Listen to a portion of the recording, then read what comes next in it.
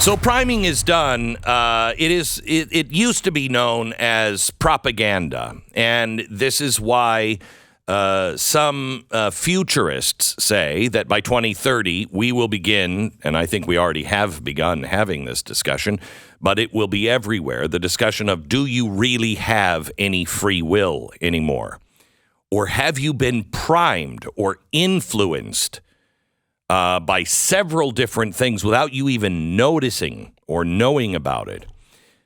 Priming, when it comes to social psychology and cognitive psychology, it's the process by which exposure to one stimulus influences a response to a subsequent stimulus without any conscious guidance or intention. You just do it. Now, this was first harnessed by advertisers, and social media platforms are really bad, and governments. And when it's used by governments, or God forbid, all three together, you're pretty hopeless and helpless unless you know about it. So let me explain it. The human brain is constantly bombarded with sensory data. And so it uses shortcuts to expedite decision making. And priming exploits these shortcuts. When an individual is exposed to a specific stimulus, the prime, it activates related nodes in your memory. And once that has an activated concept or idea, that influences your response. So let's take advertising. Let's take Coca-Cola. When you see Coca-Cola, when you see 7-Up, when you see those commercials, what are those commercials usually showing you? With 7-Up, it's usually like somebody in a swing, a tire swing going into a lake, and everybody's there and having a good time. Coca-Cola is always with your friends or your family, having a good time, laughter, romance, all of this. So what happens is that's priming. That's all they're doing is priming you. So when you look at the product, you think of family, friends, laughter, good times. When you're in those situations, you want a Coke. That's priming, okay? And it influences your decision whether you know it or not. Social media platforms really use this. The algorithms dictate what you see on your feed. You can say, I want to see Glenn Beck on Facebook. I sign up. I follow him. I want his post.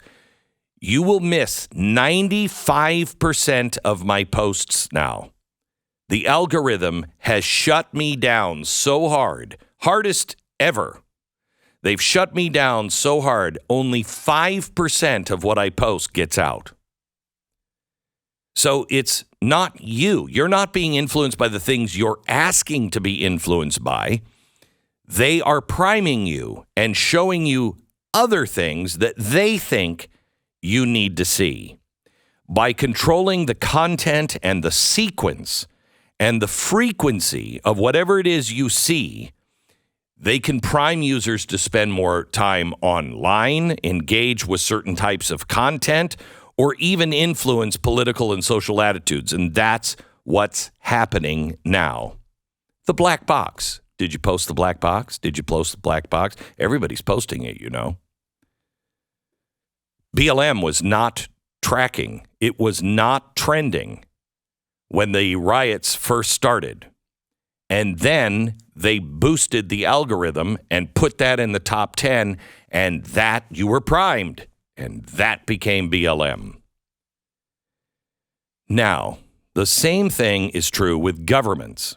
Governments can prime you to support certain policies. They know you wanted to be called a patriot. You don't anymore, but you wanted to be called a patriot after 9/11, so we have the Patriot Act. They associate things. They can get you to support policies and civil activities. They can get you to view situations in a particular light. Then they also can shape what the national identity is. This is why the progressives wanted to take over public schools, because they could shape the public and national identity, and that way you would conform. This is basically manipulation. It is propaganda. That's what we used to call advertising. It is propaganda. Now, if a government wants to use this to manipulate a country, here's a couple of ways that they can do it.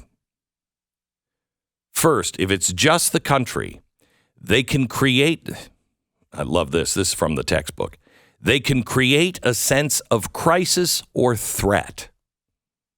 Do you feel that? A government seeking to consolidate power or justify authoritarian measures might use priming to create a heightened sense of crisis or external threat. Climate change is worse than nuclear war. Climate change is worse than nuclear war. Who believes that? Unfortunately, a lot of people, they believe that.